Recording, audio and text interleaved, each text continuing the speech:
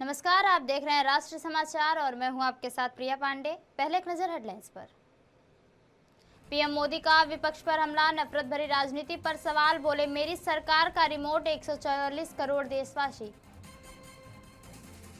CM योगी ने 6वीं गुरु गोरखनाथ स्वास्थ्य सेवा यात्रा को दी शुभकामनाएं, बोले सीमावर्ती क्षेत्रों में जनसेवा का सशक्त अभियान। फिल्म घुसखोर पंडित के टाइटल पर बड़ा विवाद, एफएमसी ने नेटफ्लिक्स को नोटिस भेजकर तुरंत की रोकने की मांग। बिहार विधानसभा में बजट सत्र की गर्माहट, विपक्ष पर माधव आनंद का तीखा तंज, बोले बिना पढ़े बजट पर बयानबाजी। मणिपुर में नई सरकार बनते ही बवाल, चूड़ाचांदपुर में बंद के दौरान हिंसक झड़पें, कुकी संगठनों ने जनप्रतिनिधियों को दी चेतावनी। प्रधानमंत्री नरेंद्र मोदी ने एक जनसभा को संबोधित करते हुए राजनीतिक भाषा और सार्वजनिक जीवन में बढ़ती कूटता पर चिंता जताई। उन्होंने कहा कि मोहब्बत की दुकान की बात करने वाले लोग ही मोदी तेरी कब्र खुदेगी जैसे नारे लगा रहे हैं और सवाल किया कि क्या सार्वजनिक जीवन में ऐसी नफरत उचित है। पीएम मोदी ने कहा कि कांग्रेस सरकार रिमोट से चलती थी, जबकि उनकी सरकार का रिमोट 140 करोड़ देशवासी हैं। उन्होंने इंदिरा गांधी द्वारा नेहरू जी से जुड़ा एक प्रसंग भी याद किया और कहा कि उस समय 35 करोड़ आबादी को समस्या बताया गया था, लेकिन आज वे मानते हैं कि 140 करोड़ देशवासी ही देश की सबसे बड़ी ताकत और हर चुनौती का समाधान है।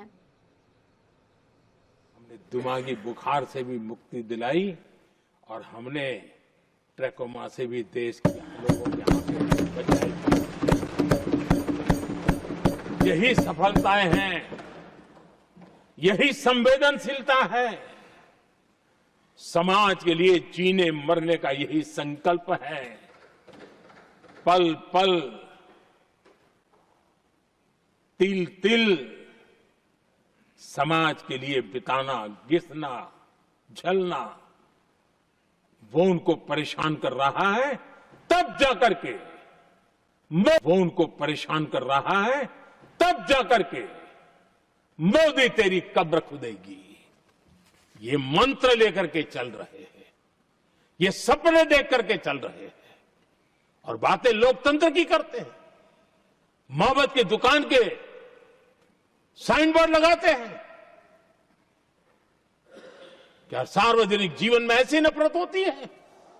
देश के लोगों के बारे में नेहरू जी और इंदिरा जी की सोच क्या थी, मैं उसके विषय में बताना चाहता हूं। इंदिरा जी एक बार ईरान गए थे और ईरान में वो भाषण दे रही थी और उस भाषण में उन्होंने नेहरू जी के साथ जो बातचीत हुई थी उसका उल्लेख किया। खुद ने कहा है, उन्होंने कहा, और मैं जो इंदिरा जी ने कहा था उसको कोट कर रहा हूं, जब किसी ने मेरे पिताजी से पूछा, यानी नेहरू जी से पूछा कि उनके सामने कितनी समस्याएं हैं, तो उन्होंने उत्तर दिया था 35 करोड़। नेहरू जी ने जवाब दिया था कि उनके सामने कितनी समस्याएं हैं, बोले 35 करोड़। उस समय हमारे देश की जनसंख्या थी 35 करोड़। अब आगे देखिए, 35 करोड़ देशवासी नेहरू जी को समस्या लगते थे। ऐसा कोई मुखिया हो सकता है क्या जी? और इस बात का उदाहरण देते हुए इंदिरा जी ने आगे कहा कि आज देश की जनसंख्या 57 करोड़ है, इसलिए मेरी समस्याओं की संख्या भी उतनी ही बड़ी है। यानी पिताजी को 35 करोड़ समस्या वाले देशवासी लगते थे, अब 57 करोड़ उनको समस्या। कोई ऐसा हो सकता है जो अपने ही देशवासियों को समस्या माने? ये फर्क है उनकी सोच और हमारी सोच में, ये फर्क है उनके अप्रोच और हमारे अप्रोच में। उत्तर प्रदेश के मुख्यमंत्री योगी आदित्यनाथ ने सोशल मीडिया प्लेटफॉर्म एक्स पर एक वीडियो साझा कर छठवीं गुरु गोरखनाथ स्वास्थ्य सेवा यात्रा के शुभारंभ पर शुभकामनाएं दी। मुख्यमंत्री ने अपने संदेश में कहा कि यह यात्रा लोक मंगल और जनसेवा की भावना को समर्पित है तथा भारत नेपाल सीमावर्ती क्षेत्रों में स्वास्थ्य सेवाओं के साथ साथ सेवा और सामाजिक चेतना का द्वीप प्रज्वलित कर रही है। 6 फरवरी से 8 फरवरी 2026 तक आयोजित की जा रही यह यात्रा शिवावतारी महायोग गुरु श्री गोरखनाथ जी की प्रेरणा से समाज के अंतिम व्यक्ति तक सुविधाएं पहुंचाने के संकल्प के साथ साथ आगे बढ़ रही है। इस सेवा अभियान का उद्देश्य जनजातीय समाज को स्वास्थ्य और समर्थन बनाते हुए एक सशक्त राष्ट्र के निर्माण की दिशा में सार्थक प्रयास करना है।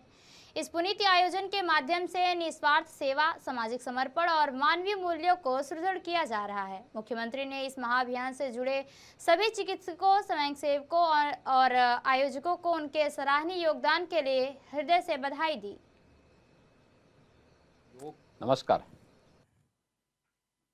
लोक मंगल और जन सेवा को समर्पित छठवीं गुरु गोरखनाथ स्वास्थ्य सेवा के इस पावन अवसर पर नेशनल मेडिकोज ऑर्गेनाइजेशन अवध एवं गोरक्ष प्रांत के समर्पित पदाधिकारी एवं कार्यकर्तागण, श्री गुरु गोरखनाथ सेवा न्यास के प्रतिनिधिगण, थारू एवं बनटांगिया जनजाति के हमारे प्रिय बहनों एवं भाइयों, इस सेवा महायज्ञ में योगदान देने वाले सभी स्वयंसेवकगण और इस पुनीत प्रयास को जन जन तक पहुंचाने वाले मीडिया के हमारे साथियों, आप सभी को मेरा स्नेहिल अभिनंदन और हृदय से मंगल कामनाएं। महायोगी गुरु गोरखनाथ जी ने समाज को योग, तप और करुणा का मार्ग दिखाया है। उनका स्पष्ट संदेश था सबका कल्याण, सबका उत्थान। आज स्वास्थ्य सेवा यात्रा उसी भाव को आत्मसात करते हुए भारत नेपाल सीमावर्ती क्षेत्र में थारू जनजाति और बनटांगिया समुदाय के बीच स्वास्थ्य सेवा और सामाजिक चेतना का दीप प्रज्वलित कर रही है। नमस्कार। भारतीय सांस्कृतिक संबंध परिषद के अध्यक्ष और पूर्व राज्यसभा सांसद विनय सहस्त्रबुद्धे ने मुंबई दौरे के दौरान केंद्रीय बजट की सराहना करते हुए कहा कि यह बजट आम लोगों के हितों में ध्यान में रखकर तैयार किया गया है। उन्होंने कहा कि सरकार ने इसमें जन कल्याण, आर्थिक मजबूती और विकास को प्राथमिकता दी है। साथ ही उद्योग जगत को बढ़ावा देने के लिए भी कई सकारात्मक और दूरगामी प्रावधान शामिल किए गए हैं। सहस्त्रबुद्धे के अनुसार यह बजट देश की अर्थव्यवस्था को मजबूत आधार देने वाला है और समग्र विकास की दिशा में एक महत्वपूर्ण कदम साबित होगा।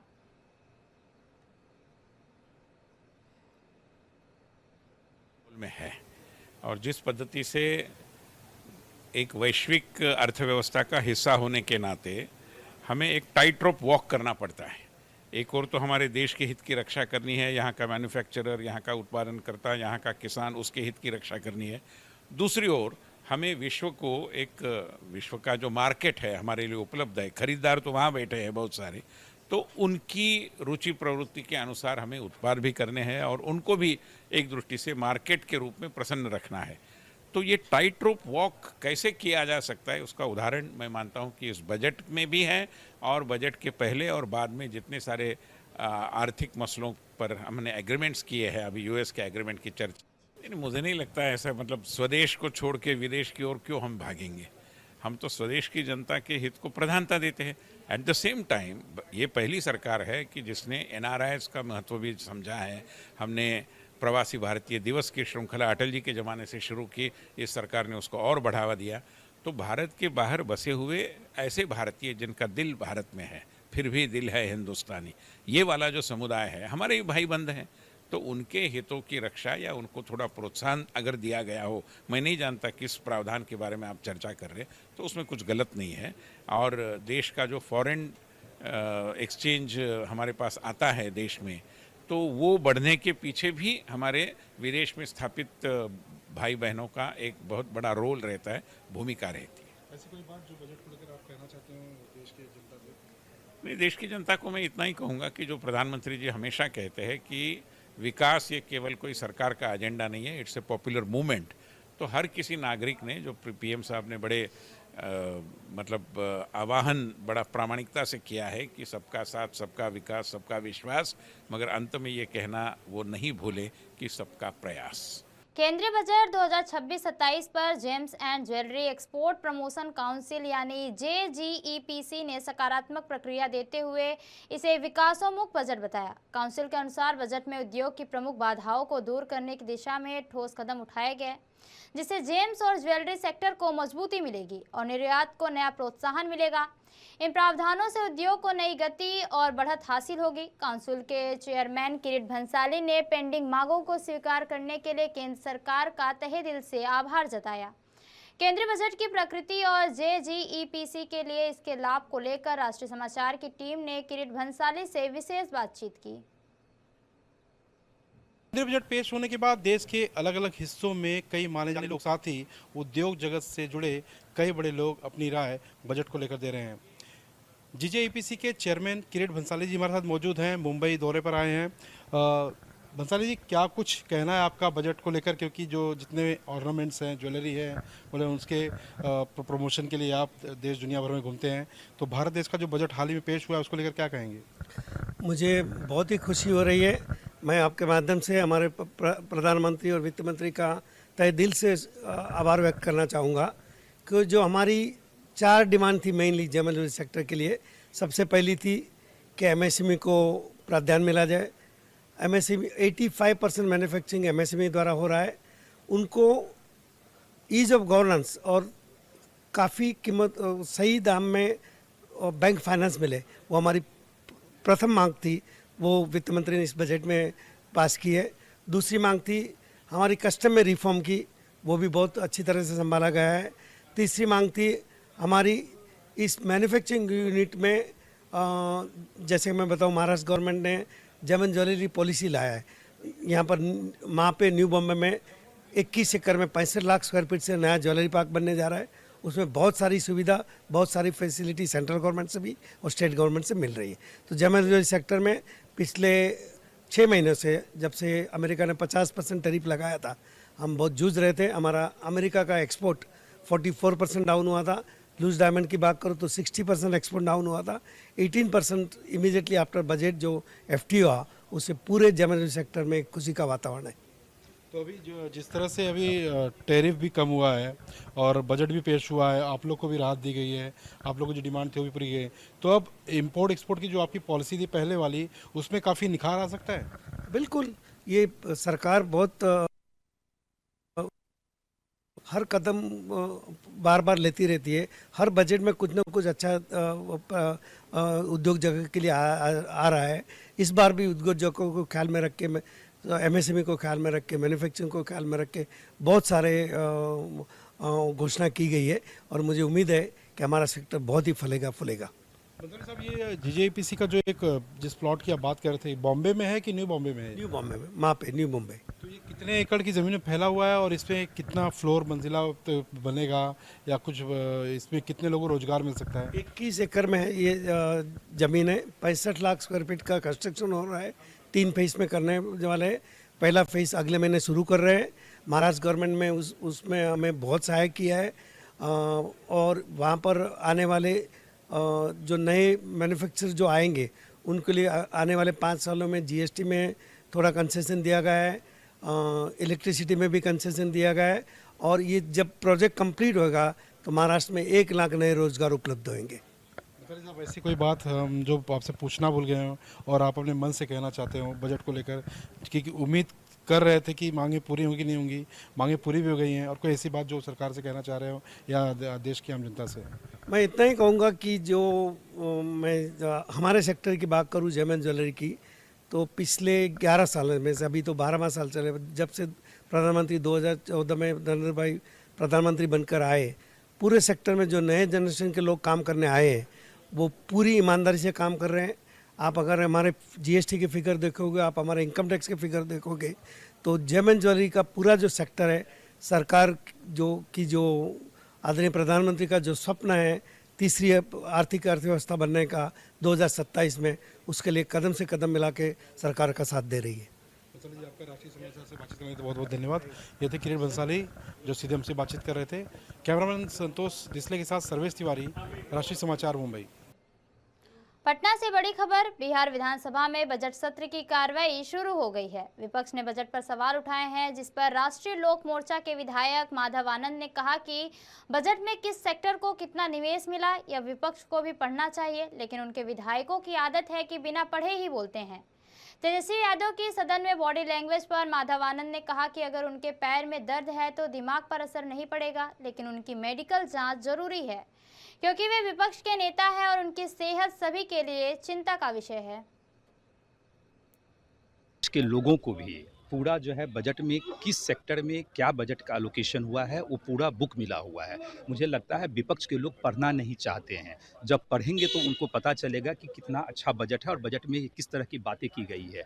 वास्तविक बात है कि विपक्ष के जितने भी विधायक हैं पहले भी नहीं पढ़ते थे और आज भी नहीं पढ़ते हैं। सदन में आते हैं, सदन में पढ़ के नहीं आते हैं। सदन पे अगर सार्थक चर्चा करें, एक एक सेक्टर, जिस सेक्टर में एलोकेशन का जहाँ कम हुआ है कहीं ज़्यादा हुआ है उस पे बात करें, लेकिन उनके पास कोई मुद्दा नहीं है। वो सब बहस से बचना चाहते हैं। नकारात्मक राजनीति के कारण आज देखिए उनकी स्थिति क्या हो गई है। आज पूरा बिहार की जनता ने उनको नकारने का काम किया है और जिस तरह नकारात्मक राजनीति अभी भी लगातार कर रहे हैं, मुझे तो डर लग रहा है कहीं लोकतंत्र में विपक्ष को भी मजबूत होना जरूरी है, लेकिन जिस तरह की नकारात्मक राजनीति तेजस्वी यादव जी के नेतृत्व में महागठबंधन के लोग कर रहे हैं, मुझे लगता है कि अगली बार कहीं जीरो पे जैसे आउट ना हो जाए। हाँ, कल मैं भी सदन में था और मैंने भी जो उनकी स्थिति देखी, चिंता हो रही थी कि आखिर सदन में कोई व्यक्ति, विपक्ष का नेता, प्रतिपक्ष के नेता बोल भी नहीं पा रहे थे, आवाज़ लड़खड़ा रहा था। दर्द होता है तो स्वाभाविक है, कष्ट होता है, लेकिन दर्द के कारण आवाज़ लड़खड़ाने लगे, यह तो अपने आप में पहला केस हम लोग को देखने को मिला। पता नहीं क्या था, नशा का कुछ था या क्या था, हम उस पर नहीं जाना चाहते हैं, लेकिन कल की जो स्थिति उनकी देखी, बहुत ही अफसोस हो रहा था और लोकतंत्र के लिए यह उचित नहीं है। बिहार में तो वैसे भी शराबबंदी है, सब लोग जानते हैं।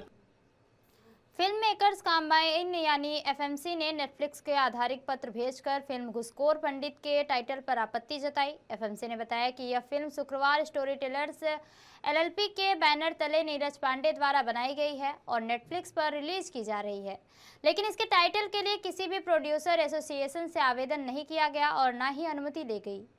एफएमसी का कहना है कि बिना स्वीकृति के किसी भी फिल्म का टाइटल इस्तेमाल नियमों के खिलाफ और गैरकानूनी है। इसी को लेकर एफएमसी ने पहले ही निर्माताओं को नोटिस भेजा था और अब उन्होंने नेटफ्लिक्स से अनुरोध किया है कि इस फिल्म के टाइटल के इस्तेमाल को तुरंत रोका जाए। साथ ही पत्र की एक प्रति निर्माताओं को जानकारी के लिए भी भेजी गई है। यह पत्र एफएमसी के मानद महासचिव निशांत उज्ज्वल और धर्मेंद्र मेहरा की ओर से जारी किया गया है।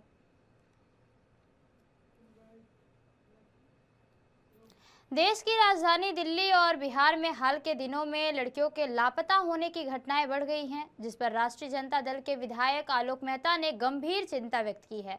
उन्होंने कहा कि देश और राज्य की सरकारों की इस मुद्दे की कोई खास फिक्र नहीं दिख रही। मेहता ने बताया कि कानून और व्यवस्था बनाए रखने वाले ही अब तक इन घटनाओं को रोकने में विफल रहे।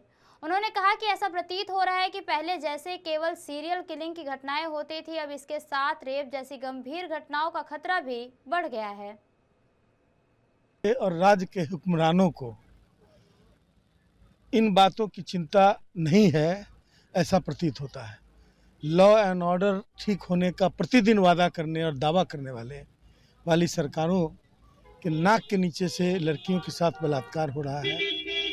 ऐसा लग रहा है कि जैसे सीरियल किलिंग जो होता था उसी तरह से सीरियल रेप हो रहा है, बच्चियां गायब हो रही हैं और उसकी ये तो एक पक्ष है। दूसरी तरफ विभिन्न तरह के आपराधिक घटनाएं घट रही हैं और सरकार सिर्फ अपना चेहरा चमकाने, अपनी मीठी मीठी बातों को परोसने और कागज पर कागजी घोड़ा दौड़ाने का काम कर रही है। नीट छात्रा की मौत मामले में बिहार के पूर्व मुख्यमंत्री राबड़ी देवी ने सवाल उठाते हुए कहा कि किसी नेता का बेटा इस घटना में शामिल होने के कारण जांच में देरी हो रही है। इस पर बिहार सरकार के मंत्री मदन सहनी ने कहा कि राबड़ी देवी स्पष्ट करे कि किसकी बात कर रही हैं ताकि उचित कार्रवाई की जा सके। उन्होंने यह भी कहा कि अगर दूसरे नेता के बारे में बोल रही हैं तो इसे सोच समझकर ही कहना चाहिए। वहीं उपेंद्र कुशवाहा ने पटना का नाम बदलने की मांग उठाई, जिस पर कहा गया कि यह निजी मांग हो सकती है, लेकिन नाम परिवर्तन केवल केंद्र और बिहार सरकार की सहमति से ही संभव होगा। मौत मामले में बता दें कि राबड़ी देवी का बड़ा बयान सामने आया है। राबड़ी देवी ने कहा कि किसी नेता का बेटा को या किसी नेता जो है इसमें शामिल है उसको छिपाने के लिए इस तरीके से काम किया गया और अभी तक जो है मामले को उजागर नहीं हुआ। मेरे साथ बातचीत करने के लिए बिहार सरकार के मंत्री मदन सहनी जी हैं।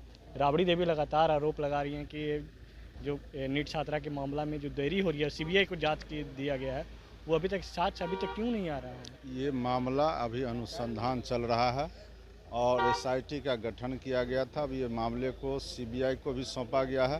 अब किसी भी नेता के द्वारा, खास करके जो प्रतिपक्ष के नेत्री हैं, उनके द्वारा अगर इस तरह का आशंका जाहिर किया जा रहा है तो ये निराधार है। इसलिए कि जब जांच चल रहा है और उस दरमियान आप किसी नेता को, नेता तो वो खुद भी हैं, तो दूसरे को बदनाम करना, अब इसमें जो लोग भी शामिल होंगे, चाहे वो नेता हो या आम लोग हो, जो लोग शामिल होंगे उन पर कार्रवाई होगी, वो सजा के भागी बनेंगे। इसलिए इस तरह का बयान देना हमको नहीं लगता है उचित है। जब पूरी पुलिस की कार्यशैली पर लगातार सवाल उठाया जा रहा है कि पुलिस अभी तक क्यों नहीं जो है अभी तक जांच को सामने नहीं, पुलिस जांच कर रही है और निष्कर्ष पर पहुंच जाएगी।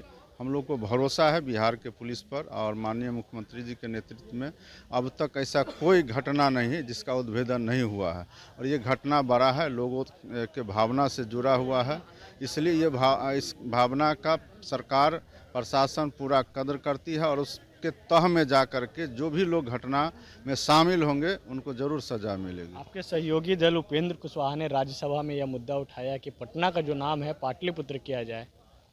उस पर सरकार को, भारत सरकार को, बिहार सरकार को निर्णय लेना है और उनका मांग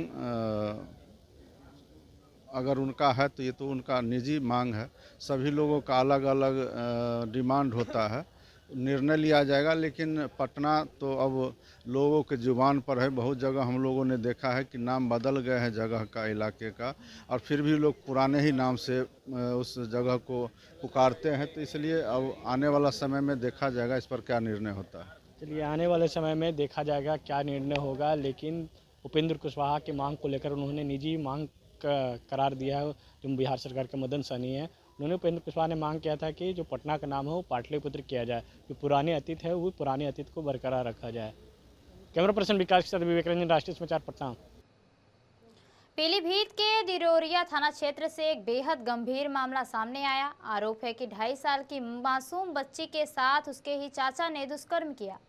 घटना के बाद आरोपी राजेंद्र ने पकड़े जाने के डर से आत्महत्या कर ली। परिजनों ने बच्ची को तुरंत इलाज के लिए अस्पताल में भर्ती कराया, जहां उसकी हालत पर नजर रखी जा रही है।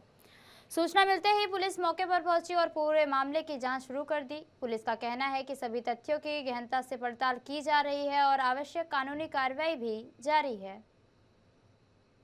जनपद पीलीभीत में थाना देवरिया कला क्षेत्र अंतर्गत ग्राम खटैया में एक लगभग 2.5 वर्ष की छोटी बच्ची के साथ दुष्कर्म का मामला सामने आया है, जिसमें जो अभियुक्त है प्रथम दृष्टया प्रतीत हो रहा है कि उसने आत्मग्लानि में फांसी लगा ली है।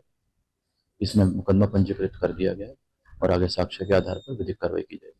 तो बच्ची की हालत कैसी है? बच्ची की हालत ठीक है, डॉक्टर से बात हुई है, खतरे से बाहर है। बहराइच के भरथापुर जंगल गांव के 136 परिवारों के लिए राहत की बड़ी खबर है। ब्रिटिश काल से जंगल और नदियों के बीच रह रहे इन परिवारों को अब नेशनल हाईवे के पास सुरक्षित स्थान पर विस्थापित किया जाएगा। मुख्यमंत्री योगी आदित्यनाथ के निर्देश पर सभी तैयारियां पूरी कर ली गई हैं और जल्द ही नए स्थल पर भूमि पूजन भी किया जा सकता है। नेपाल की तराई में बसे इस गांव तक वर्षों से नाव ही एकमात्र साधन था। बाढ़, जंगली जानवरों और सुविधाओं के अभाव में ग्रामीणों का जीवन खतरे में था।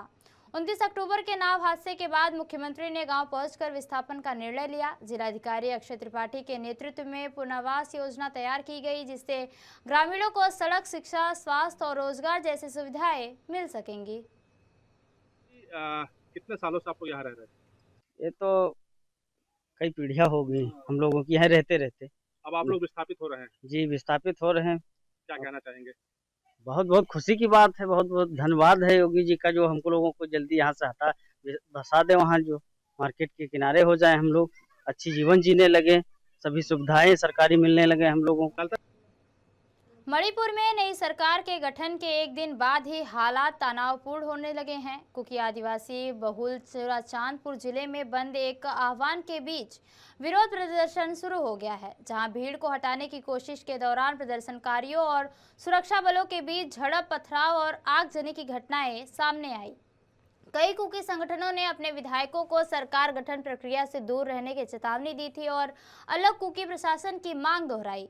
ज्वाइंट फोरम ऑफ 7 ने कुकी बहुल इलाकों में पूर्णबंद बुलाया, जबकि कुछ उग्रवादी संगठनों ने भी जनप्रतिनिधियों को हिस्सा लेने पर विश्वासघात करने की बात कही।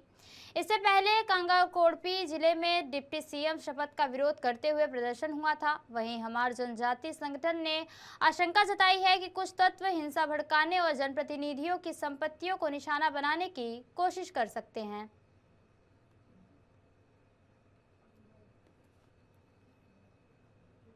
देश की पहली cooperative taxi service Bharat taxi app का आधुनिकीकरण शुभारंभ हो गया है। केंद्रीय गृह एवं सहकारिता मंत्री अमित शाह ने विज्ञान भवन में इस स्वदेशी पूरी तरह ऐप आधारित टैक्सी सेवा को लॉन्च किया है। सहकारिता मंत्रालय की पहल पर शुरू हुई यह कैब सर्विस ओला, उबेर और रैपिडो जैसी निजी कंपनियों के एकाधिकार को सीधी चुनौती देने के लिए लाई गई है। ड्राइवर ओनरशिप मॉडल पर आधारित भारत टैक्सी कमीशन फ्री सेवाएं प्रदान करेगी, जिससे चालकों को उनकी पूरी कमाई मिल सकेगी।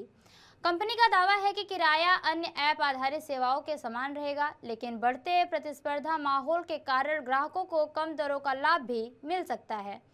भारत टैक्सी के सीईओ विवेक पांडे के अनुसार फिलहाल ड्राइवरों से कोई सर्विस चार्ज नहीं लिया जा रहा, जबकि भविष्य में 25 से 30 रुपए प्रतिदिन शुल्क प्रस्तावित हो सकता है, जो अन्य कंपनियों के भारी कमीशन से काफ़ी कम है। यह ऐप फिलहाल गूगल प्ले स्टोर और ऐप स्टोर पर उपलब्ध है। दिल्ली एनसीआर में पायलट प्रोजेक्ट के तहत बड़े पैमाने पर इस्तेमाल भी किया जा रहा है।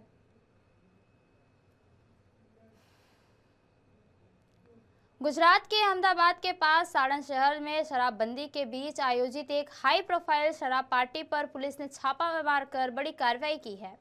मौके से सामने आए वीडियो में महिलाएं बस से उतरकर चेहरा छिपाते हुए थाने जाती दिख रही हैं, जबकि अन्य वीडियो में पुरुषों को पुलिस बस में बैठाकर ले जा रही है।